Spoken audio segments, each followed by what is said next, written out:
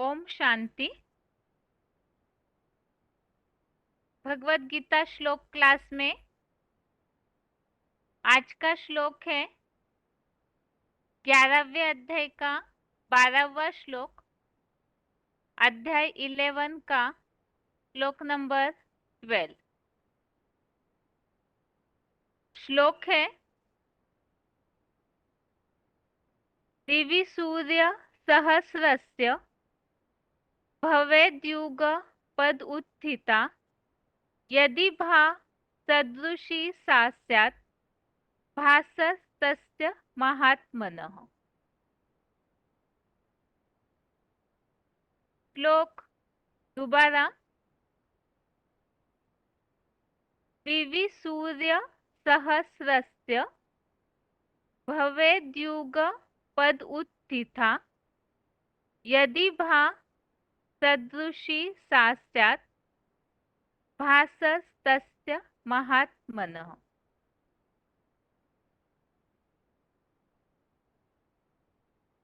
ग्यारहवें अध्याय का 12वां श्लोक हम देख रहे हैं।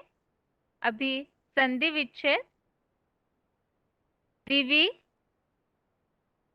सूर्य सहस्रस्य भवेत् युगपत् उत्थिता यदि भा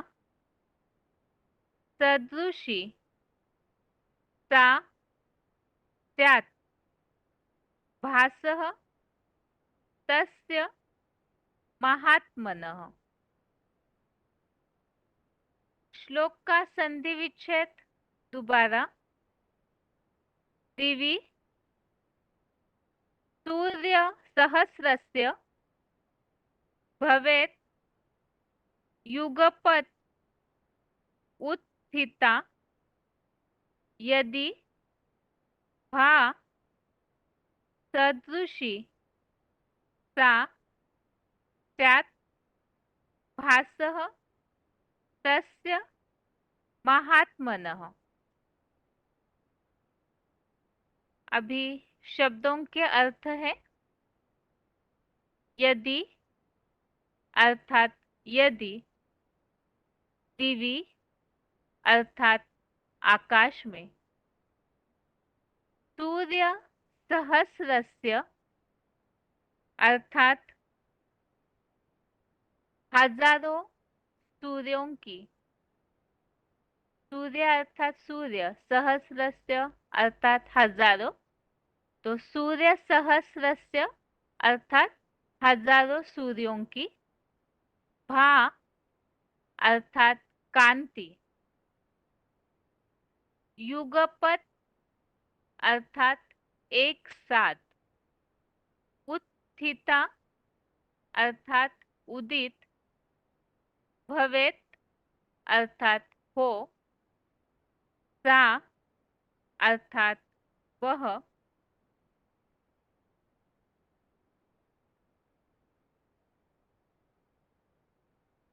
भासः अर्थात कांति, तस्य अर्थात उस, महात्मनः अर्थात महान आत्मा के, सदृशी अर्थात समान, स्यात् अर्थात हो सकती है।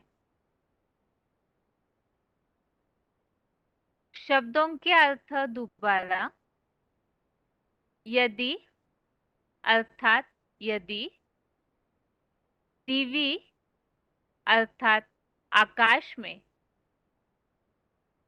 सूर्य सहस्रस्य अर्थात हजारों सूर्यों की, सूर्य मतलब सूर्य, सहस्रस्य अर्थात हजारों, सूर्य सहस्रस्य अर्थात हजारों सूर्यों की, भा अर्थात कांति, युगपत अर्थात एक साथ, उत्थिता अर्थात उदित, भवेत अर्थात हो, सा अर्थात वह, भासः अर्थात कांति, तस्य अर्थात उस, महात्मनः अर्थात महान आत्मा के, सदृशी अर्थात समान, स्यात् अर्थात हो सकती है। श्लोक का अर्थ है, यदि आकाश में हजारों सूर्यों की कांति एक साथ उदित हो तो वह कांति उस महान आत्मा के समान हो सकती है। श्लोक में क्लैरिफिकेशन ज्यादा नहीं है अर्थ में, इसीलिए क्लैरिफिकेशन सहित अर्थ एक बार फिर से, यदि आकाश में हजारों सूर्यों की कांति एक देह में एक साथ उदित हो तो वह कांति उस विवस्वत महान आत्मा के समान हो सकती है। तो यहाँ पर विराट रूप के दर्शन में जब भगवान ने अर्जुन को विराट रूप दिखाया तो शुरू से हम विराट रूप के श्लोकों को देखते हुए इस श्लोक का अर्थ समझते हैं। जैसे अर्जुन के कहने पर भगवान ने सबसे पहले जब विराट रूप का दर्शन कराना शुरू किया, इस बात को हम समझ चुके हैं 11वें अध्याय के 8वें श्लोक में, जो भगवान ने ये बात बताई कि इन आंखों से इस देह में जो विराट रूप है उसे तुम देख नहीं सकते हो, इसलिए दिव्यम ददामि ते चक्षु, अर्थात मैं ज्ञान नेत्र अर्थात दिव्य ज्ञान का चक्षु अर्थात एडवांस नॉलेज रूपी ज्ञान का तीसरा नेत्र देता हूं। तो जिससे ये तो यहाँ एडवांस गीता जो बनी है, शिव बाबा ने जिस बात को समझाया है उस आधार से हम इस अर्थ को समझ रहे हैं। भक्ति मार्ग में तो इस तरह समझाया जाता है कि भगवान ने कोई ऐसे दिव्य चक्षु दिए हैं अर्जुन को। वास्तव में दिव्य चक्षु अर्थात ज्ञान के चक्षु है, और जिस आधार से भगवान का वो जो ऐश्वर्यवान योगिक ऊर्जा संपन्न रूप, तो ये जो स्पष्टीकरण हमने पिछले श्लोकों में समझा है कि विराट रूप वास्तव में ऐसा संपन्न ऐश्वर्यवान जो योग ऊर्जा से भरा पूरा रूप है। और इसी विराट रूप में अर्जुन को सबसे प्रथम भगवान ने जो रुद्राक्ष गण रूपी जो हजारों सैकड़ों पुत्र है उनको दिखाया। उनमें भी कुछ ऐसे महान हैं जो 12 सूर्य रूप चक्रवर्ती, 11 रुद्रगण, 8 वसुदेवों, 2 अश्विनी कुमारों और 49 मरुतो, ऐसे कुछ इनमें भी जो मुख्य है उनके जैसे अनेक आश्चर्यों को देखो, ऐसे बताया।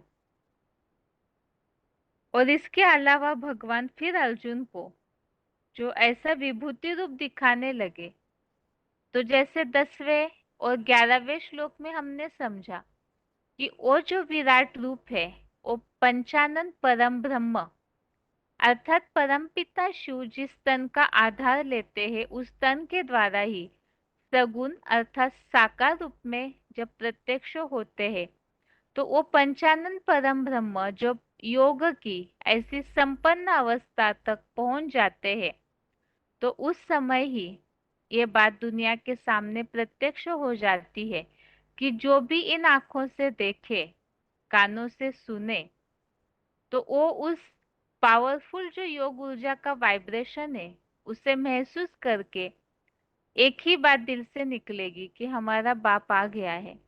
तो वो जो विराट रूप है वो ऐसा ऊर्जा संपन्न ऐश्वर्यवान यौगिक रूप है, और उसका वर्णन हमने पिछले श्लोक में ही समझा है कि दिव्य गुणों के आभूषणों से पूरी तरह से भरपूर, दिव्य गुणों के सुगंध से, क्योंकि शिव बाबा रूप भी है, बसंत भी है, ज्ञान से भी भरपूर है, योग से भी भरपूर, तो वो सर्व गुणों की खान है।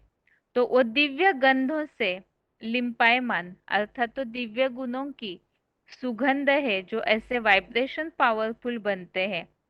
अनेक मालाएं धारण किए हुए, अनेक प्रकार के ज्ञान के अस्त्र शस्त्र रूपी आयुधों को धारण किया हुआ और विराट रूप, जो अनेक अद्भुत दर्शन वाला और साथ में अनेक आश्चर्यों से भरा हुआ वो विराट रूप सबसे प्रथम ज्ञान के आधार से किस तरह है, इसे हमने पिछले श्लोक में समझा। अभी इसी विराट रूप के बारे में इस श्लोक में अतिशयोक्ति, मतलब इस तरह से तुलना की हुई है कि वो ऐसी शक्ति, ऐसे तेज उसमें भरा हुआ है, वो विवस्वत समान महान आत्मा इस तरह से अपने संपन्न योगिक स्वरूप में जब वो शिव समान बनती है, तो उसकी तुलना बताई है कि जब आकाश में हजारों सूर्यों की कांति एक साथ उदित हो, एक सूर्य ही इतना तेज प्रकाश देता है कि सारी सृष्टि का संचालन करने में वो समर्थ है। तो ऐसे हजारों सूर्यों की कांति जब एक साथ उदित हो, तो वो कांति उस विवस्वत महान आत्मा के समान हो सकती है। अर्थात वो पंचानन परम ब्रह्म वही विवस्वत है, जो चौथे अध्याय में हमने पहले श्लोक में समझा था कि भगवान आकर के सबसे पहले एक ज्ञान जो इस धरती का चैतन्य सूर्य अर्थात विवस्वत को दिया, तो वो ज्ञान की रोशनी से वो आत्मा इतनी भरपूर हो जाती है कि वो हजारों सूर्यों की कांति के समान उनके अंदर तेज ज्ञान की रोशनी, इस तरह से आत्मा पूरी तरह से प्रकाशमान, शक्तिशाली, ऊर्जा संपन्न हो जाती है। श्लोक छोटा सा ही है, तो इसका अर्थ हमने विराट रूप के दर्शन के साथ समझा कि किस तरह से विराट रूप जब दिखने में आएगा, सबके सामने प्रत्यक्ष होगा, तो वो उतना तेजस्वी और इतना ऊर्जा संपन्न रूप होगा। जो शास्त्रों में इस तरह भक्ति मार्ग के कई जगह उल्लेख है कि अर्जुन को जब वे विराट रूप दिखने में आया, तो अर्जुन उस तेज को सहन नहीं कर पा रहे थे, तो अर्जुन ने ये बात बोली कि बस करो प्रभु। तो वास्तव में यहाँ नंबर वन अर्जुन जो भी है, तो ये विराट रूप जब प्रत्यक्ष होगा, तो वो इस तरह से इतना संपन्न रूप होगा, उस समय की बात है। और इसी संबंधित एक रेफरेंस श्लोक यहाँ लिया है, 7वें अध्याय का 10वां अध्याय 7 का श्लोक नंबर 10। इसमें इस बात का उल्लेख है, तेजस तेजस विनामहम, तेजस्वियों का नंबरवार योग ऊर्जा रूप तेज भी मैं शिव ही हूँ। अर्थात जितने भी तेजस्वीवान हैं, उन सब से भी अधिक तेजस्वी वो शिव ही है, जो कि इस विवस्वत अथवा पंचानन परम ब्रह्म के द्वारा प्रत्यक्ष होते हैं। इस श्लोक का अर्थ है, अभी उच्चारण सुनते हैं, उसके बाद पॉइंट्स।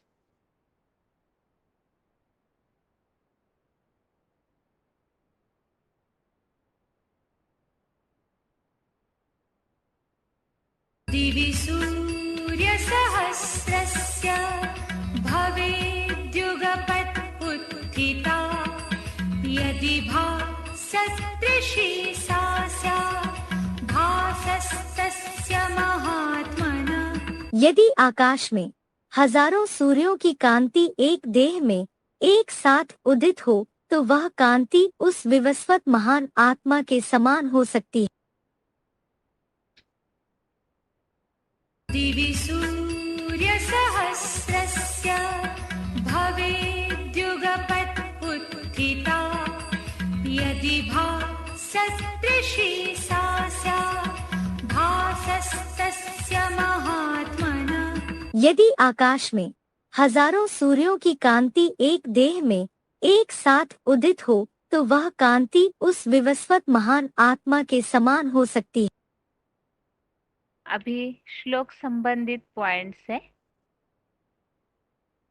पहला पॉइंट है वार्तालाप नंबर 208, डिस्कशन नंबर 208, शुरुआत से ही लिया हुआ पॉइंट है और इसमें श्लोक संबंधित ही बात बताई है कि किस तरह से वो स्वरूप विराट रूप तेजस्वीवान प्रैक्टिकल में संगम युग में दिखने में आता है। आपको पता कैसे चलेगा कि बाप है या नहीं है? बाप माने शिव ज्योति बिंदु। हाँ, तो पता कैसे चलेगा कि बाप है या नहीं है? देखने में आएगा है? बाप आते हैं तो प्रजापिता को आप समान बना देते हैं। प्रजापिता जो है बाप समान माने शिव, शंकर जो है वो शिव समान बन जाता है। तो आपको कैसे पता चलेगा कि बाप है या नहीं है?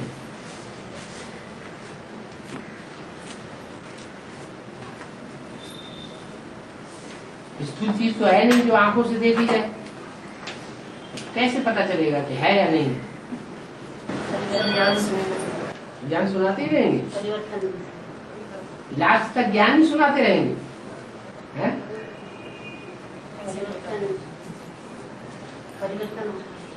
ज्ञान सुनाना, मुख से ज्ञान सुनाया जाता है, उसमें ज्यादा ताकत है या मुख से भी ऊपर आंख, वो ज्यादा पावरफुल है? काहे से ज्यादा परिवर्तन होगा? मुख के ज्ञान सुनाने से ज्यादा परिवर्तन होगा सृष्टि का, या जो श्रेष्ठ में श्रेष्ठ इंद्रियां हैं आंखें, उनसे सृष्टि का ज्यादा परिवर्तन होगा? दृष्टि से सृष्टि सुधरेगी ना, है? तो पता लग जाएगा कि बाप शिव ने आकर के अपने बच्चे, गॉड इज वन, तो गॉड का बच्चा वन, उस 1 नंबर बच्चे को आप समान बना दिया। आप समान बना दिया तो उसकी दृष्टि में इतना फोर्स आ जाएगा, जो बोला है मुरली में कि तुम बच्चे सहन नहीं कर सकेंगे। जैसे गीता में बोला है, क्या बोला है? अर्जुन को क्या अनुभव हुआ? हजारों सूर्यों से तेजोमय का अनुभव हुआ। अब ऐसे तेजोमय तो होते नहीं है, लेकिन आत्मा में वो पावर आ जाती है। शिव की पावर की बात नहीं है, शिव अपनी पावर नहीं दिखाते, शिव तो गुप्त है। प्रत्यक्ष किसको करते हैं? बच्चे को प्रत्यक्ष करते हैं।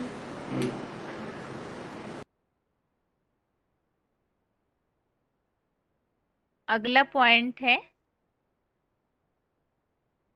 वीसीडी नंबर 284, वीसीडी नंबर 284, 1 घंटा 1 मिनट 1 आवर 1 मिनट के बाद से लिया हुआ पॉइंट है।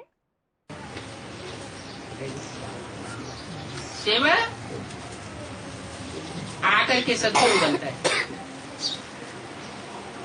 जो सदगुरु बनता है उसको बोलने की भी दरकार नहीं है। क्या? उनके लिए कहते हैं कृपा दृष्टि ही काफी है। 1 सेकंड की झलक के लिए आत्माएं तरसेंगी। इसलिए मुरली में बोला हुआ है, आगे चल के इतनी तीखी दृष्टि देंगे कि तुम बच्चे टिक नहीं सकेंगे।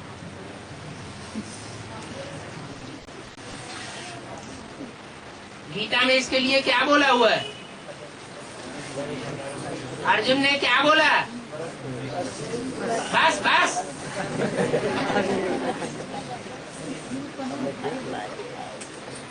हजारों सूर्यों से भी तेजोमय है। अब ऐसी कोई बात नहीं है। ये सदगति की निराली महिमा है।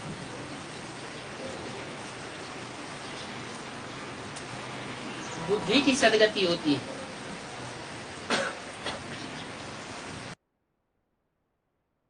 अगला पॉइंट है VCD number 35, VCD number 35, 43, 43 minutes के बाद से लिया हुआ पॉइंट है।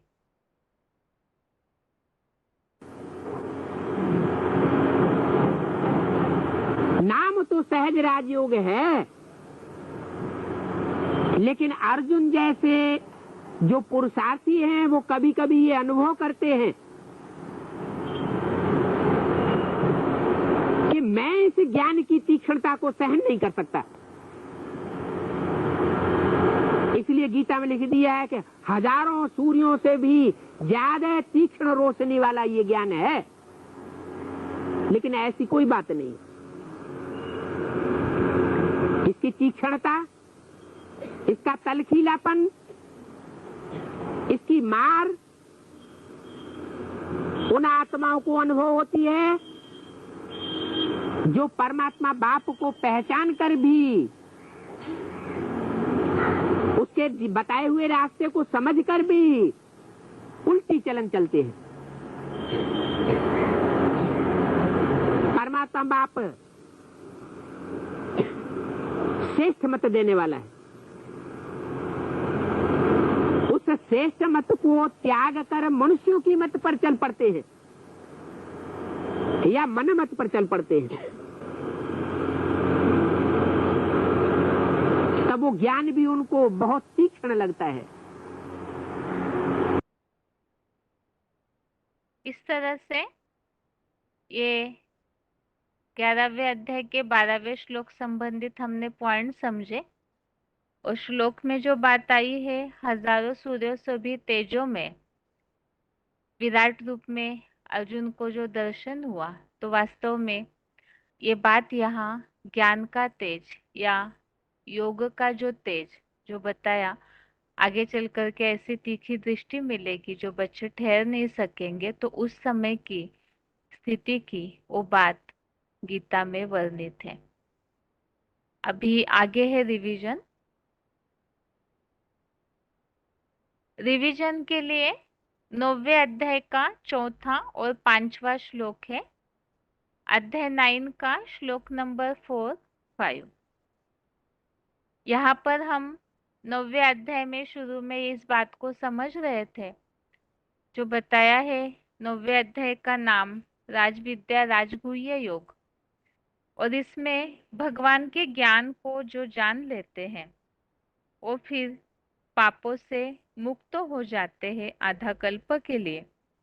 यह ऐसा गुप्त और गुह्य ज्ञान है जो राजाओं की राजविद्या है, राजाई का रहस्य है, और जो अन्य धर्म पिताओं का ज्ञान है, विधर्मियों का, उसकी तुलना में ये सर्वोत्तम ज्ञान है। धर्मानुकूल है, पालन करने में सहज है, और मूल बात अविनाशी भी है।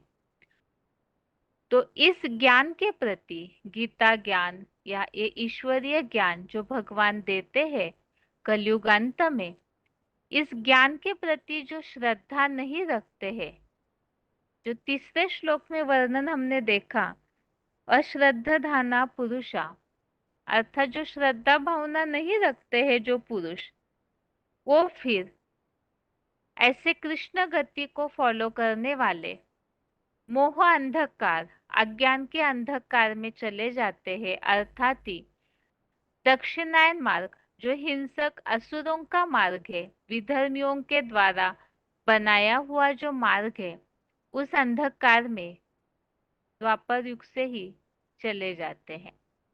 इस तरह से ये यहाँ पर 9वें अध्याय में इन बातों को हमने समझा। तो मूल बात तो है भगवान जो ज्ञान देते हैं उसके प्रति श्रद्धा भावना रखना, और इसी के लिए ही जो राजाई भाव की प्राप्ति है उसके लिए ही भगवान के ज्ञान अर्थात पहचान, भगवान की पहचान जरूरी है। और इसी के लिए ही यहाँ 9वें अध्याय के 4थे श्लोक में वर्णन किया हुआ है। श्लोक है, मया ततमिदं सर्वं जगद व्यक्तमूर्तिना मत्स्थानि सर्वभूतानि न चाहम तेष्वस्थितः। श्लोक दोबारा।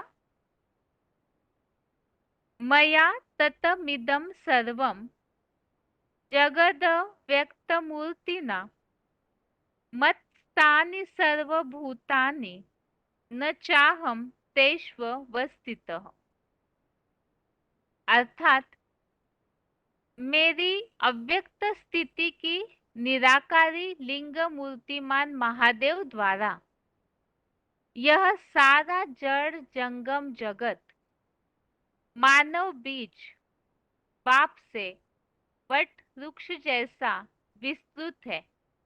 अतः सभी प्राणी समुदाय मेरे लिंग बीज में स्थित है, किंतु मैं शिव उन प्राणियों में सर्वव्यापी नहीं हूं। यहाँ पर जो उल्लेख आया है मेरे लिंग बीज में स्थित है, उसी संबंधित नीचे फुटनोट दिया हुआ है। 7वें अध्याय के 12वें श्लोक में इस बात का उल्लेख है, जो सर्वव्यापी नहीं हूं, अर्थात ना हम तेषु ते मई। क्योंकि अश्वत्थ सृष्टि वृक्ष अनादि है, तो अति दुर्लभ एक मुखी रुद्राक्ष बीज बाप आदिदेव आदम भी अविनाशी है। जैसे देह में अनुरूप आत्मा अविनाशी है, वैसे यह विराट पुरुष भी सृष्टि वृक्ष में सदा रहता है। इस श्लोक में यह बात बताई है कि मेरी अव्यक्त स्थिति की निराकारी लिंग मूर्तिमान महादेव द्वारा, अर्थात अव्यक्त अर्थात जो आंखों से दिखाई नहीं देता, और मूर्ति भी है अव्यक्त मूर्ति ना, अर्थात मूर्ति साकार है और अव्यक्त भी है। तो वो स्थिति की बात बताई कि साकार मूर्तिमान महादेव, उनकी ऐसी स्थिति बन जाती है निराकारी अव्यक्त स्टेज जो शिव समान है, तो वही अव्यक्त मूर्ति ना कही हुई है। और उसी स्थिति के द्वारा जो पूरी बीज रूप स्टेज निराकारी स्टेज वो महादेव धारण करते हैं, तो अव्यक्त स्थिति की निराकारी लिंग मूर्तिमान महादेव द्वारा यह सारा जड़ जंगम जगत विस्तृत हुआ है वट वृक्ष जैसा। वट वृक्ष जिसका कहते हैं मूल जो है वो दिखाई नहीं देता है, वो इस तरह से फैल जाता है कि उसकी शुरुआत कहाँ से होती है वो पता नहीं चलता, इतना विस्तार को पाता है। ऐसे ये मनुष्य सृष्टि रूपी वृक्ष जो विस्तार को पाता है, उसकी शुरुआत ये मानव बीज बाप अर्थात महादेव ही है, जिनके द्वारा ये इतना बड़ा मनुष्य सृष्टि रूपी वृक्ष विस्तृत हुआ है। तो बीज में जैसे सारा वृक्ष समाया हुआ है, पत्ते भी, टहनियां भी, फल भी, फूल भी, वो सारे गुण बीज में समाये हुए होते हैं, क्योंकि बीज से ही विस्तार हुआ है वृक्ष का।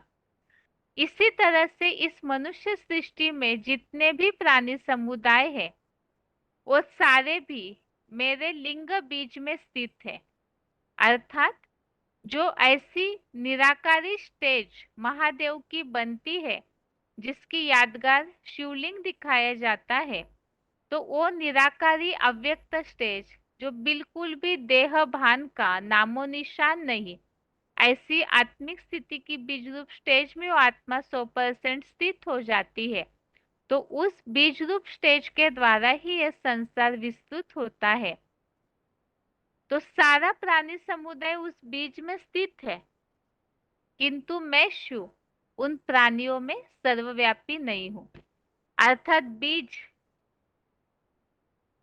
पूरी तरह से सारे वृक्ष में बीज में सब समाये हुए हैं, लेकिन बीज सारे वृक्ष में नहीं है। पत्ते में बीज के सारे गुण नहीं दिखेंगे। तो ऐसे ही यहाँ भगवान सर्वव्यापी नहीं है, लेकिन उनसे यह सारा संसार विस्तृत हुआ है। और इसी के लिए नीचे बताया कि ये जो बीज रूप मूर्तिमान महादेव जो ऐसी निराकारी स्टेज धारण करते हैं, जो मानवीय सृष्टि का बीज है, तो ये मनुष्य सृष्टि को ही भगवत गीता में 15वें अध्याय के पहले श्लोक में अश्वत्थ वृक्ष के रूप में नाम दिया है। तो ये अश्वत्थ सृष्टि वृक्ष अनादि है, अर्थात इसका न आदि न अंत है। और इसकी शुरुआत करने वाला जो बीज है वो एक मुखी रुद्राक्ष बीज बाप आदिदेव आदम भी अविनाशी है। जैसे देह में आत्मा अविनाशी है, ऐसे ही इस यह विराट पुरुष भी सृष्टि वृक्ष में सदा रहता है।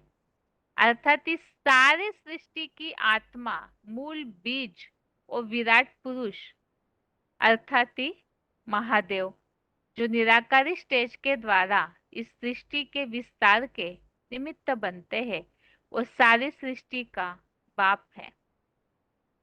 इससे संबंधित रेफरेंस श्लोक यहाँ कुछ लिए हुए हैं। 7वें अध्याय का 12वां अध्याय 7 का श्लोक नंबर 12, इसमें बताया है जो भी संसार में युगानुरूप क्रमशः सात्विक राजसी तामसी प्रकृतिगत जो भाव है, उनको मेरे महादेव से ही जान। मैं ब्रह्मलोकवासी सदाशिव उनमें व्यापी नहीं, किंतु वे मेरे महादेव मूर्ति में काल क्रमानुसार है। तो सृष्टि तो 3 गुणों से युक्त है और वो सारे भाव इस महादेव से ही होते हैं, लेकिन फिर भी जो बताया शिव उन सब में व्यापी नहीं है, लेकिन सारी सृष्टि उस शिव की जो चैतन्य मूर्ति है महादेव उनमें व्यापी है। अगला है दूसरे अध्याय का 17वां अध्याय 2 का श्लोक नंबर 17, इसमें बताया है इस मानवीय सृष्टि के बीज महादेव द्वारा ये अश्वत्थ नामक सृष्टि वृक्ष फैला है, उसको तू अविनाशी जान। तो महादेव से ही वृक्ष विस्तृत हुआ है ऐसा उल्लेख है। अगला श्लोक है 8वें अध्याय का 22 अध्याय 8 का श्लोक नंबर 22, इसमें भी इस बात का उल्लेख है जिस जगत पिता में सभी बीज जैसे रुद्राक्षगण रूप प्राणी स्थित है और जिस सृष्टि वृक्ष के बीज मानवीय बाप से यह सारा वृक्ष विस्तृत हुआ है, लेकिन फिर भी मैं परम पिता सदाशिव उन सारे सृष्टि वृक्ष के 7 अरब पत्तों में व्यापक नहीं हूं। अगला है 13वें अध्याय का 30वां अध्याय 13 का श्लोक नंबर 30, इसमें इस बात को बताया है जैसे बीज में सारा वृक्ष समाया हुआ है, तो बीज हाथ में लेने से ही वृक्ष के बारे में जानकारी होगी। इसी बात को यहाँ बताया है कि जब प्राणियों की आकृति में भिन्नता को सृष्टि के एक बीज आदम में उपस्थित विराट पुरुष को देखता है, उससे ही सृष्टि के अनेक धर्मों का विस्तार जानता है, तो उसे हर प्रकार से जो समर्पित है तो ऊर्ध्वमुखी साक्षात परम ब्रह्मा की प्राप्ति होती है। तो इस श्लोक का सार यह है कि बीज में ही सारा वृक्ष समाया है। जो इस बात को जानता है और उस बाप में ही सारे वृक्ष को देखता है, तो उन्हें परम ब्रह्मा की प्राप्ति होती है। क्योंकि बुद्धि एक शिव बाबा दूसरा न कोई, ऐसी स्थिति में अनुभव हुई, सारे संसार को एक भगवान में ही देख लिया, तो उन्हें भगवान की प्राप्ति हो जाती है। और अगला है 11वें अध्याय का 38 अध्याय 11 का श्लोक नंबर 38, इस श्लोक में भी इस बात को बताया है कि हे अनंत गुण रूप शिव बाबा, वट वृक्ष रूप से सृष्टि रूप जैसे आपके निराकारी निर्विकारी बने बीज रूप जगत पिता से विश्व फैला है। और 18वें अध्याय का 46 अध्याय 18 का श्लोक नंबर 46, इसमें इस बात को बताया है कि जिस जगत पिता से यह सारा मानवीय सृष्टि वृक्ष सदाशिव ज्योति समान लिंग बीज से विस्तृत हुआ है। तो यह बताया, इसीलिए उस बीज की अपने अच्छे कर्मों से अच्छे से अर्चना कर तो उससे सिद्धि प्राप्त हो जाती है। आगे है 18वें अध्याय का चौथा अध्याय 18 का श्लोक नंबर 4, जो 9वें अध्याय के चौथे श्लोक में उल्लेख आया है कि जो एक मुखी रुद्राक्ष महादेव ही है जो रुद्र है, और वो अव्वल नंबर रुद्राक्ष का मन का है जो एक मुखी दिखाया जाता है। वो बहुत अति दुर्लभ है, जो मिलता नहीं है जल्दी। इसी बात का उल्लेख इस श्लोक में भी बताया हुआ है। मानवीय सृष्टि वृक्ष के बीच एक मुखी महारुद्राक्ष महारुद्र का। और 7वें अध्याय का 13 अध्याय 7 का श्लोक नंबर 13, इसमें बताया हुआ है कि ये जो अधोमुखी सृष्टि का सारा संसार इन गुणों से परे मुझ अविनाशी सूर्य सदाशिव ज्योति के समान बने एक मुखी रुद्राक्ष को नहीं जानता है। अर्थात बीज जो है वो छुप जाता है, तो इतनी बड़ी सृष्टि वृक्ष का जब विस्तार हो जाता है तो वो मानवीय बीज अर्थात एक मुखी रुद्राक्ष का मन का उन्हें कोई जान नहीं पाता है। तो दो बातें इस श्लोक में है। एक तो निराकारी स्टेज के द्वारा महादेव जो अव्यक्त मूर्तिना के द्वारा ही ये संसार विस्तार को पाता है, और ये संसार उन्हीं से विस्तृत तो हुआ है, फिर भी भगवान सारे संसार में व्यापी नहीं है, बल्कि सारा संसार उस बीज में समाया हुआ है। आगे है श्लोक संबंधित पॉइंट है वीसीडी नंबर 2313, वीसीडी नंबर 2313, 1 घंटा 27 मिनट 1 आवर 27 मिनट्स के बाद से लिया हुआ पॉइंट है। अव्यक्त लिंग मूर्ति द्वारा यह सारा जगत मानव बीज बाप से विस्तृत है। तो वो कहने वाला कौन है? आत्मा जो कहता है मन मना भव, मेरे मन में समा जा। और उसका झाड़ में चित्र भी दिया हुआ, क्या? शंकर सृष्टि की सारी आत्माएं खिंच करके बिंदु बिंदु आत्माएं उस अव्यक्त मूर्ति के द्वारा, कैसी मूर्ति? अव्यक्त मूर्ति। अव्यक्त माने जो आंखों से दिखाई नहीं देती, और मूर्ति भी है, मूर्तमान भी है, आंखों से दिखाई भी देती है। ये क्या बात हुई? ऐसी अव्यक्त मूर्ति है जो आंखों से दिखाई भी नहीं देती, और मूर्तिमान भी है, दिखाई भी देती है, माने व्यक्त भी है और अव्यक्त भी है। कौन? शंकर। शंकर की जो कर्मेंद्रियां दिखाई देती है, हाँ, पुरुषार्थ करके जब वो आत्मा जो याद के पुरुषार्थ में बैठा हुआ शंकर है, वो पुरुषार्थ संपन्न करके जब शिव समान स्टेज को धारण कर लेता है, जो शिव बाप का विरुद्ध है कि मैं तुम बच्चों को नंबर बार आप समान बना कर ले जाऊंगा, तो अव्वल नंबर कोई 100% शिव बाप समान बनता होगा ना।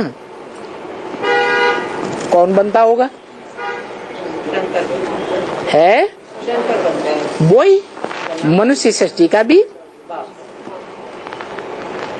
जिसे शंकर कहा जाता है, जिसको कौन से पुरुषार्थ में दिखाते हैं? चित्र जो चरित्र की यादगार हैं वो याद का चरित्र दिखाते हैं मोस्टली। याद चित्र याद के रूप में बैठे हुए हैं या दूसरे रूप में बैठे हैं? याद के रूप में। तो याद का ऐसा गहरा पुरुषार्थ करती है कि अव्वल नंबर शिव समान स्टेज को प्राप्त करती है और उसका रूप शिवलिंग बनाया गया है। जो लिंग बड़ा रूप तो देखने में आता है, व्यक्त है, आंखों से देखने योग्य है, लेकिन उसमें नाक, आंख, कान, हाथ, पांव, इंद्रियां देखने में नहीं आती, तो अव्यक्त है।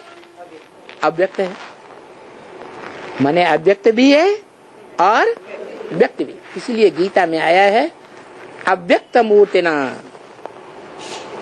क्या ये सारा संसार उस अव्यक्त मूर्ति से ही जन्म लेता है और उसी में समा जाता है। अगला पॉइंट है अश्वत्थ सृष्टि वृक्ष, जो बताया कि ये मानवीय सृष्टि जो है वही अश्वत्थ वृक्ष के रूप में गीता में बताई हुई है। VCD नंबर 2373, VCD नंबर 2373, 1 घंटा 16 मिनट 1 आवर 16 मिनट्स के बाद से लिया हुआ पॉइंट है।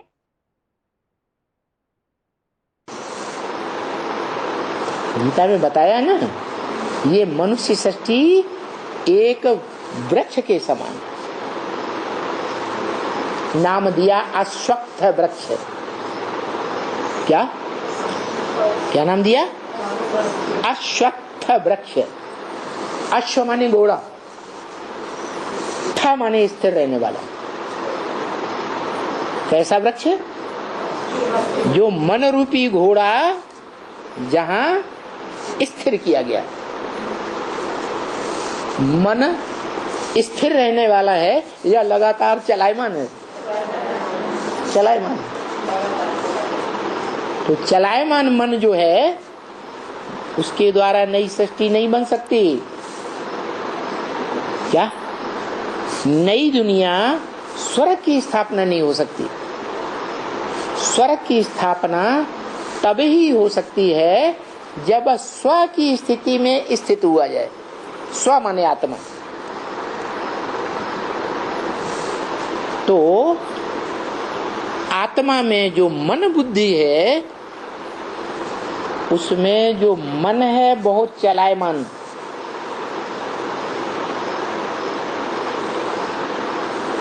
उस मन को आत्मिक बिंदु उसमें स्थिर कर देना। कहाँ स्थिर कर देना है? इंद्रियों में स्थिर कर देना या आत्मा में स्थिर कर देना? आत्मा में स्थिर कर देना। ऐसी प्रैक्टिस करना। तो जिसने ये प्रैक्टिस पक्की की 100%, उस बीज का नाम और उस बीज से पैदा होने वाला जो वृक्ष है उसका नाम रखा गया अश्वत्थ वृक्ष,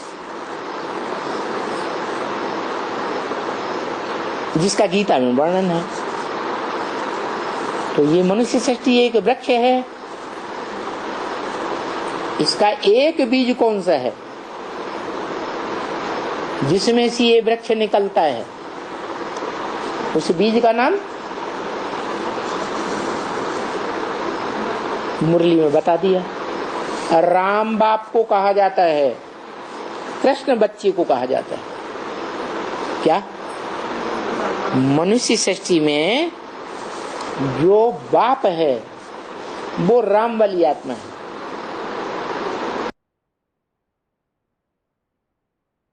अभी आगे है अगला पॉइंट। विराट पुरुष दृष्टि वृक्ष में सदा रहता है। VCD नंबर 2480, VCD नंबर 2480, 1 घंटा 9 मिनट 1 आवर 9 मिनट्स के बाद से लिया हुआ पॉइंट। क्या आदम तो पुरुष तन होता है ना? एडम, आदम, मूर्तिमान शंकर, अर्जुन, जितने भी नाम दिखाए गए हैं, इसे इतने नाम क्यों दिखाए गए? इतने रूप दिखाने की क्या जरूरत है? अरे ऋग्वेद में ही बता दिया, एको सदविप्रा बहुधा वदन्ते। सत माने सच्चा, विप्र माने ब्राह्मण। एक ही सच्चा ब्राह्मण है जो शास्त्रों में अनेक रूपों में दिखाया गया है। क्या? कौन सा सच्चा ब्राह्मण? जिसे कहते हैं चोटी का ब्राह्मण। क्या? जैसे पहाड़ों की चोटी होती है ना, ऐसे सबसे ऊंची स्टेज वाला ब्राह्मण।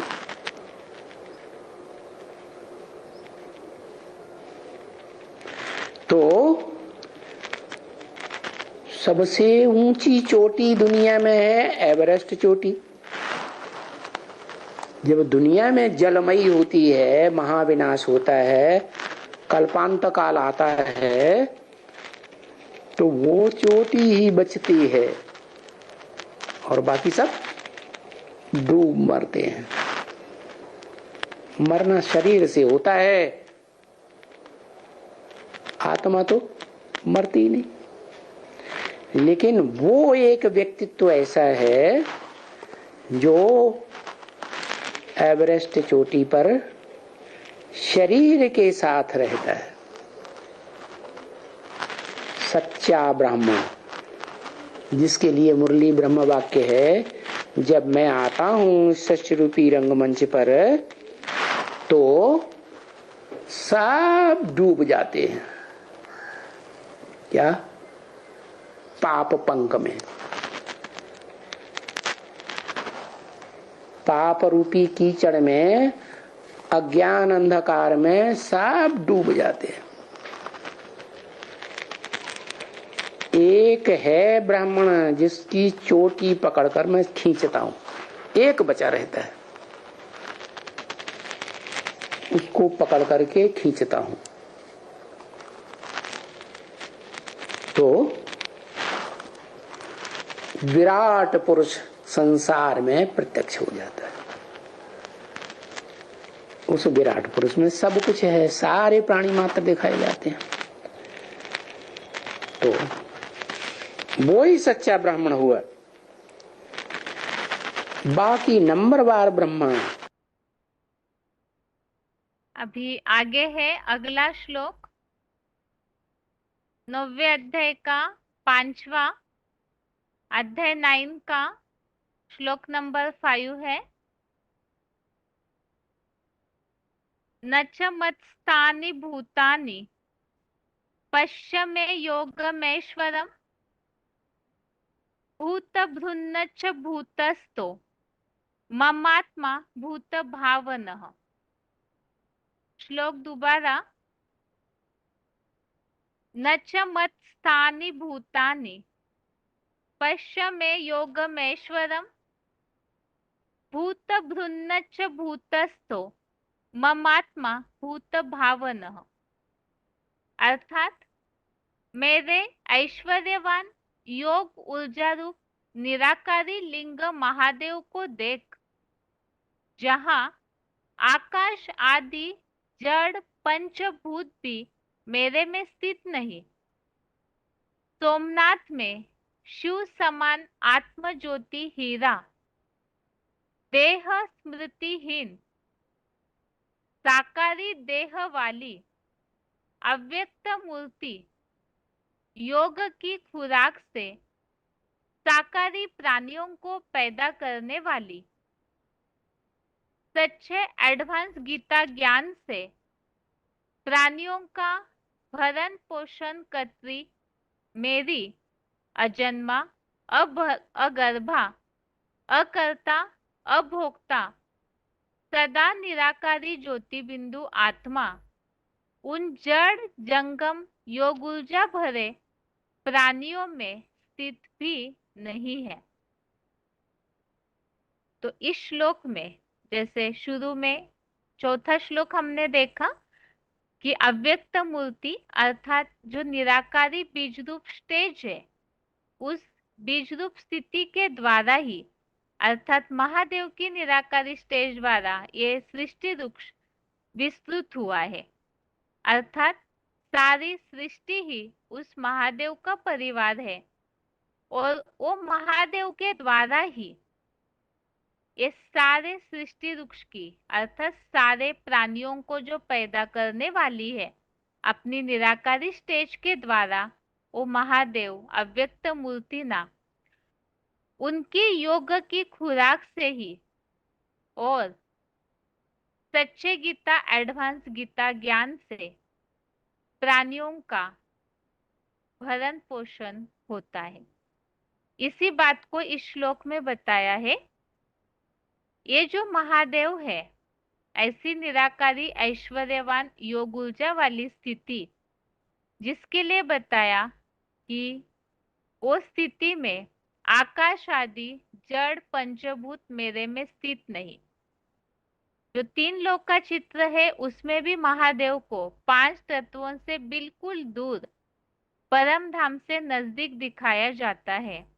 तो महादेव वो पंचभूत पंच तत्वों के आकर्षण से बिल्कुल परे की स्थिति योग के आधार से निराकारी स्टेज के द्वारा पंचभूतों से परे की स्थिति में स्थित है। और उनकी ये जो निराकारी अव्यक्त स्थिति है जिसके लिए यादगार सोमनाथ मंदिर में दिखाया हुआ है, आत्म ज्योति स्वरूप और देह स्मृतिहीन और शिवलिंग, उसमें जो हीरा दिखाया जाता है वो उसी निराकारी स्टेज की यादगार है जो सात्विक अवस्था में बनी हुई है। और ये जो अव्यक्त मूर्ति है साकारी देह तो है लेकिन ऐसी निराकारी स्थिति योग की ऐसी उच्चतम स्थिति है जिस द्वारा योग की खुराक से साकारी प्राणियों को पैदा करने वाली इस बात का उल्लेख जो योग की खुराक से नए नए प्राणी तैयार होते हैं, इसके लिए तीसरे अध्याय का 14वां अध्याय 3 का श्लोक नंबर 14 में इस बात का उल्लेख आया हुआ है।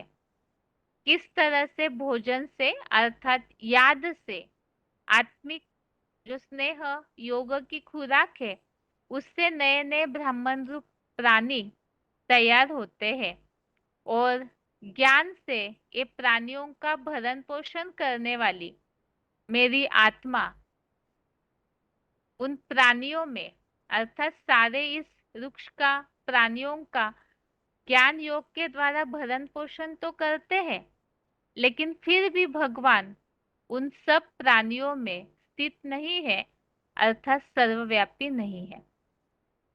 इस श्लोक में आज के दो बातें, एक तो इस सृष्टि का विस्तार होता है तो उनका बाप पिता महादेव है और वही पिता फिर सारे प्राणियों का भरण पोषण भी करते हैं ज्ञान योग के द्वारा।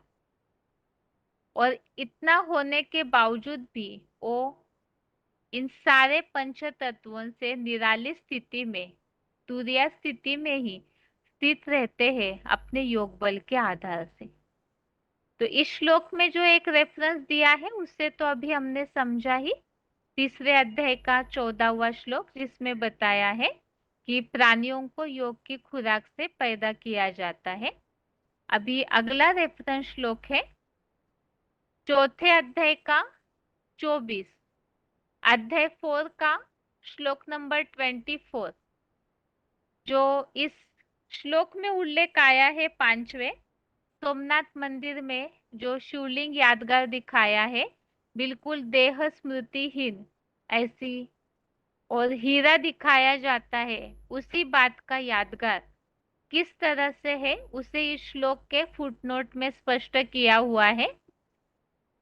मूर्तिमान रूहानी शंकर के बीज रूप पंच तत्वों की देह का मुखमंडलीय अणु योग बल की अखुट ऊर्जा से सोमनाथ मंदिर का लाल लाल लिंग रूप आग का गोला जैसे बन जाता है। यहोवा जिस अग्नि को यहोवा को अर्थात इस अग्नि को यहूदी लोग भी पूजते थे। हिंदू धर्म में ये शिवलिंग ही आग का गोला योग अग्नि के द्वारा ऐसे बन जाता है, उसकी यादगार यहूदी लोग यहोवा नाम की अग्नि को पूजते हैं।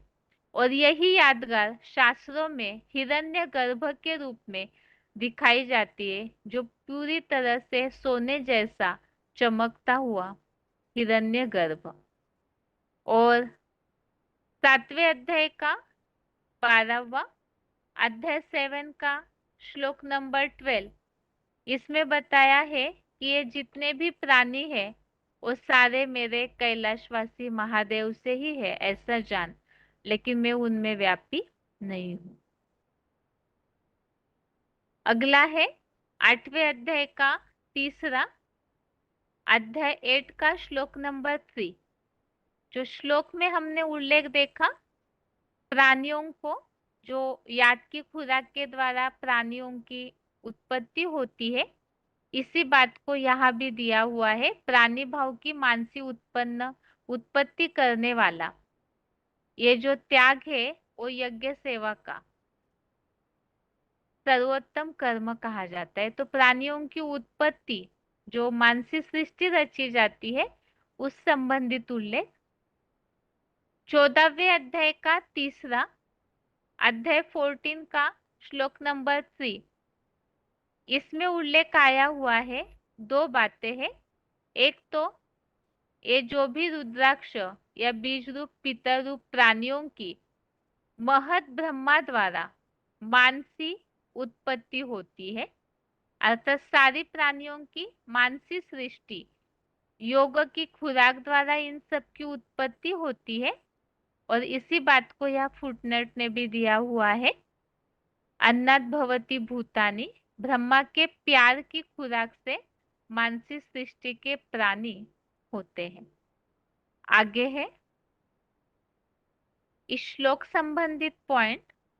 जो पहला पॉइंट श्लोक में उल्लेख हमने देखा कि महादेव में सारी सृष्टि महादेव से ही उत्पन्न होती है, तो ये प्राणी तो जो सृष्टि में है वो 3 गुणों से भरे पूरे होते हैं, लेकिन महादेव इन सब से न्यारे हैं। तो आकाश आदि जड़ पंचभूत भी महादेव में स्थित नहीं है। VCD नंबर 2315 2315 28 मिनट 28 मिनट्स के बाद से लिया हुआ पॉइंट।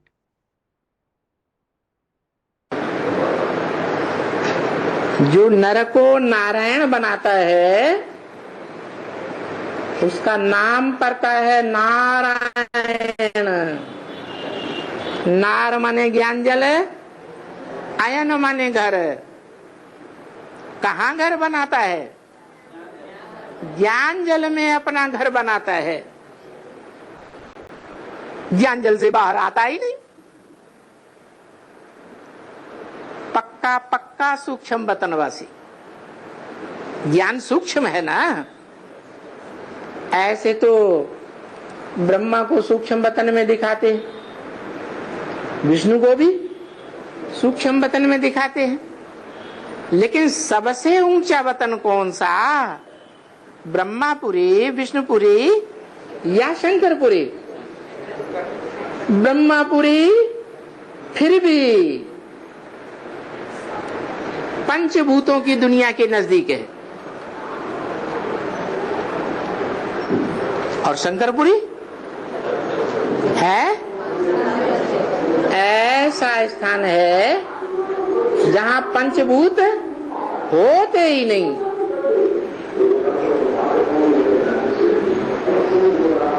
बिल्कुल परे। पंचभूतों को प्रकृति कहा जाता है। अगला पॉइंट है, योग की खुराक से शाकाहारी प्राणी पैदा होते हैं। VCD नंबर 2321, VCD नंबर 2321, 1 घंटा 50 मिनट, 1 आवर 50 मिनट्स के बाद से लिया हुआ पॉइंट है। हमारा ईश्वरीय परिवार है। क्या? श्रेष्ठाचारी परिवार है। कैसा परिवार? श्रेष्ठाचारी परिवार है। कैसा श्रेष्ठाचारी? कौन सा श्रेष्ठ आचरण? गीता में लिखा है, अन्नात् भवति भूतानि। क्या? भूत माने प्राणी। प्राणियों की उत्पत्ति कैसे होती है? अन्नात्, अन्न से होती है। वो है हद का अन्न, हद के प्राणी। और इस ईश्वरीय परिवार में है बेहद के प्राणी, ब्राह्मणों की सृष्टि। वो है देह का अन्न, जो ताकत देता है। किसको? देह को। और ये है आत्मा का अन्न, अनाज। जो अनाज आत्मा को पावर देता है। तो बताओ, आत्मा का अनाज क्या है? याद। जितना तेजी से याद करेंगे, गहरी याद करेंगे, तो उसका रिजल्ट क्या होगा? अन्नात् भवति भूतानि। उस याद रूपी अनाज से ब्राह्मण के रूपी प्राणियों की उत्पत्ति होगी। तुम्हारे ब्राह्मणों का संगठन बढ़ेगा।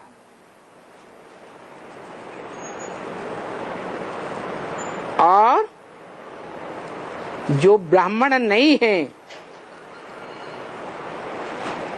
संग दोष अन्न दोष में आने वाले हैं, वो खलास हो जाएंगे।